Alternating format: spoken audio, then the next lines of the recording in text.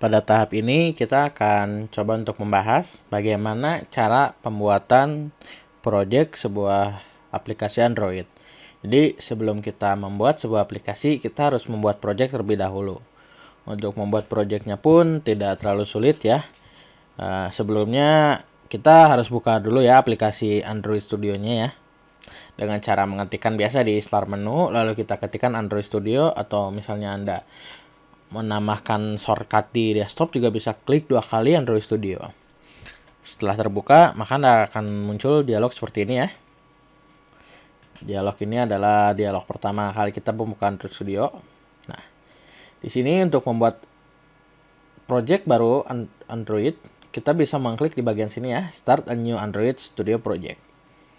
Nah, atau misalnya Anda mempunyai project sebelumnya dari Eclipse, bisa langsung lewat sini ya. Tapi karena kita memang belum sama sekali membuat aplikasi Android, kita cukup klik ini saja ya, Start a new Android Studio Project. Kita klik. Setelah itu di sini akan dimunculkan beberapa pilihan ya. Di sini kita bisa mengisi application name atau nama aplikasi kita, company domain, itu di sini nama domain kita, dan di sini nama package name. Di sini saya akan menjelaskan beberapa terlebih dahulu. Application name ini adalah nama aplikasi kita. Nah, nama aplikasi kita itu yang akan muncul biasanya di Play Store gitu. Jadi kalau misalnya kita mengupload aplikasi ke Play Store, maka akan muncul nama aplikasinya seperti ini. Dan apabila kita install, maka di handphonenya sendiri, di app menunya akan muncul nama application name ini. Jadi misalnya kita beri nama application, maka di aplikasi yang diinstal di handphone pun akan muncul dengan nama my application. Di sini kita akan membuat sebuah aplikasi, ya aplikasinya bernama Fakta Unik. Anda bisa menamakannya bebas, jadi nggak harus Fakta Unik, tapi misalnya pengen namanya jadi Fakta Menarik atau bagaimana, yang penting itu terserah Anda gimana kreasi Anda. Nah, nama aplikasi saya akan ubah di sini ya, di bagian application name. Saya akan ubah menjadi Fakta Unik. Nah, di bawah ini ada namanya company domain.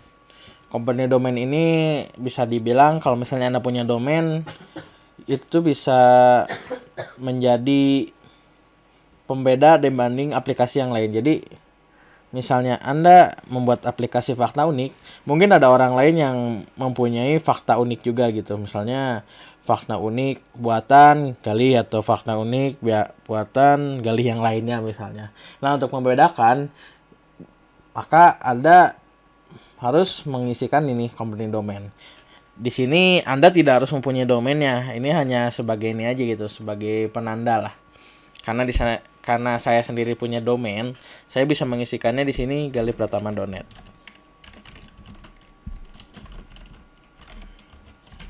Nah, bisa dilihat ya, kalau kita mengubah di sini di company domain, maka di package name pun akan berubah di sini.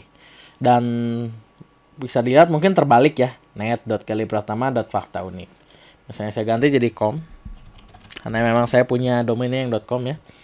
Jadi com.galihpratama.faktaunik. Nah, seperti itu jadinya. Jadi saya beritahu sekali lagi bahwa ini Anda tidak perlu mempunyai domainnya, tapi apabila punya akan lebih baik, karena mungkin orang akan mengecek, lihat package name-nya, oh ternyata ada ininya, ada com.galihpratama, biasanya oh berarti domainnya galihpratama.com.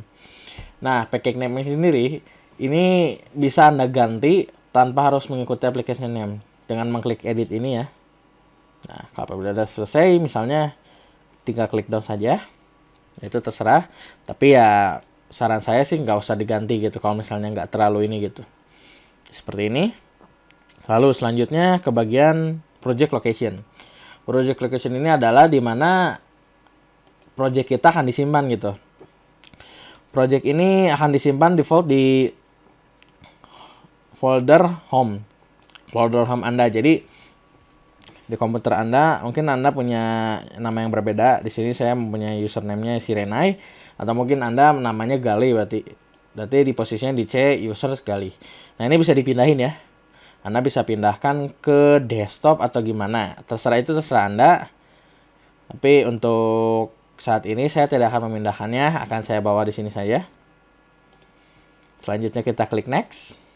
Nah, kita masuk ke bagian target Android device.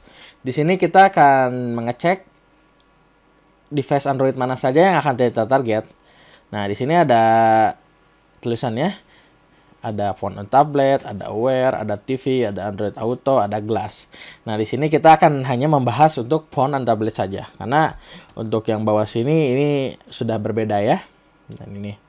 Dan di sini kita bisa lihat ya, minimum SDK. Nah, apa ini maksudnya dari minimum SDK? Jadi minimum SDK ini adalah target di mana kita akan membuat aplikasi Androidnya itu sendiri. Misalnya kita ingin membuat aplikasi untuk sistem operasi es krim sandwich atau lebih gitu. Nah, untuk itu kita bisa milih di sini. Nah, di sini ada beberapa pilihan loh. Ada banyak API-nya ini sendiri. Di sini ada API 13, 14, 15. Nah, di sini ada tulisan ya, lower API level target more device buat have fewer features available. Jadi kalau di bahasa Indonesia sih API levelnya kalau makin bawah, maka akan bisa mentarget HP yang lebih banyak gitu. Tapi ada satu hal lagi, kalau misalnya menargetkan yang lebih kecil, maksudnya yang lower API yang lebih kecil nih API 15, maka fitur-fitur baru yang ada di API baru belum tentu berjalan gitu. Jadi tidak akan ada fiturnya. Nah, di sini kita bisa kelihatan juga ya. By targeting API 15 and later, your app will run 96,2% of the device. Nah, ini tuh persenan itu akan berubah sewaktu-waktu. Jadi tergantung dari penggunanya sendiri. Jadi Google punya database sendiri tentang berapa orang sih yang menggunakan sistem operasi tertentu. Nah, di sini kita bisa melihat ya. Di bagian sini kita bisa klik Help Me Choose. Nah, di sini ada bagian Android Platform API Version Distribution. Nah, di sini ada versi Androidnya. Ada 2.5, 4.0, dan di sini ya yang paling baru adalah Lollipop. Terakhir video ini dibuat 5.1 Lollipop. Namun untuk sistem operasi sendiri sudah keluar ya yang Marshmallow, mungkin belum update di sini ya.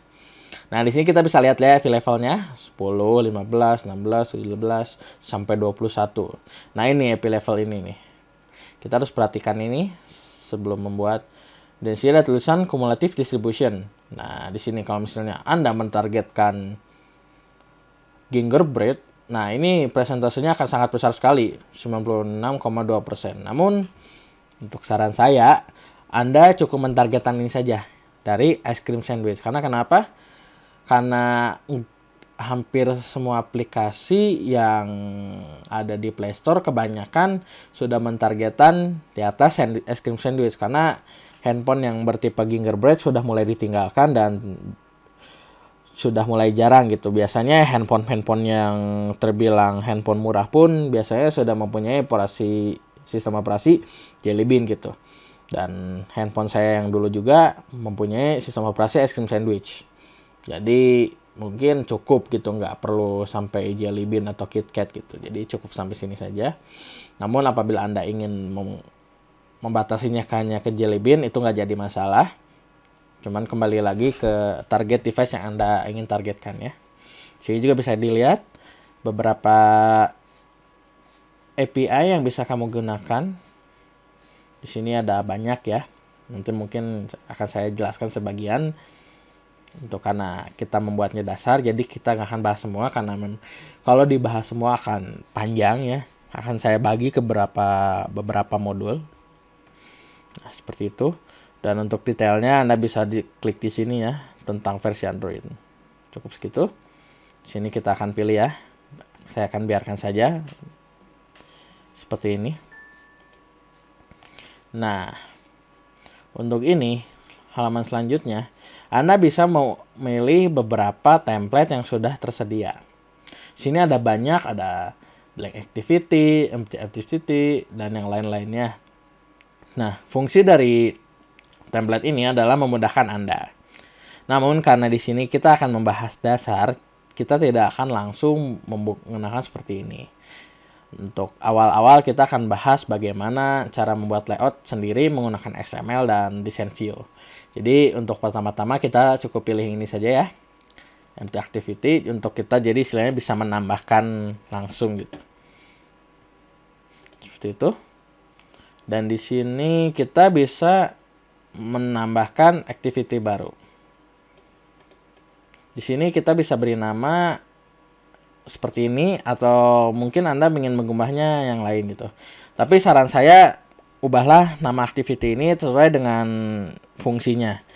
Karena di sini saya akan membuat aplikasi fakta unik, maka saya akan menamakannya fakta unik.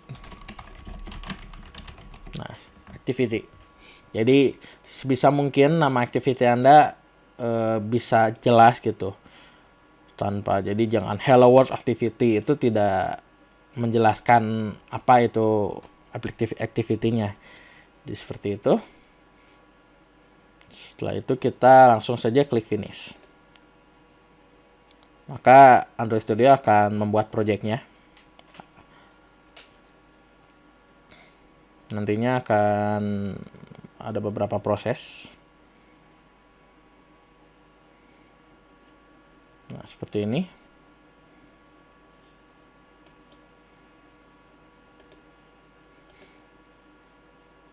Nah, apabila ini sudah terbuka, maka aplikasi Android siap untuk dibuat. Jadi ini setelah tadi pembuatan, maka akan muncul dia IDE-nya seperti ini. Jadi Anda bisa langsung coding dari Java-nya. Lalu ini desain view-nya. Nanti akan saya jelaskan di video selanjutnya untuk detailnya ya. Untuk itu silakan tonton yang selanjutnya ya. Terima kasih.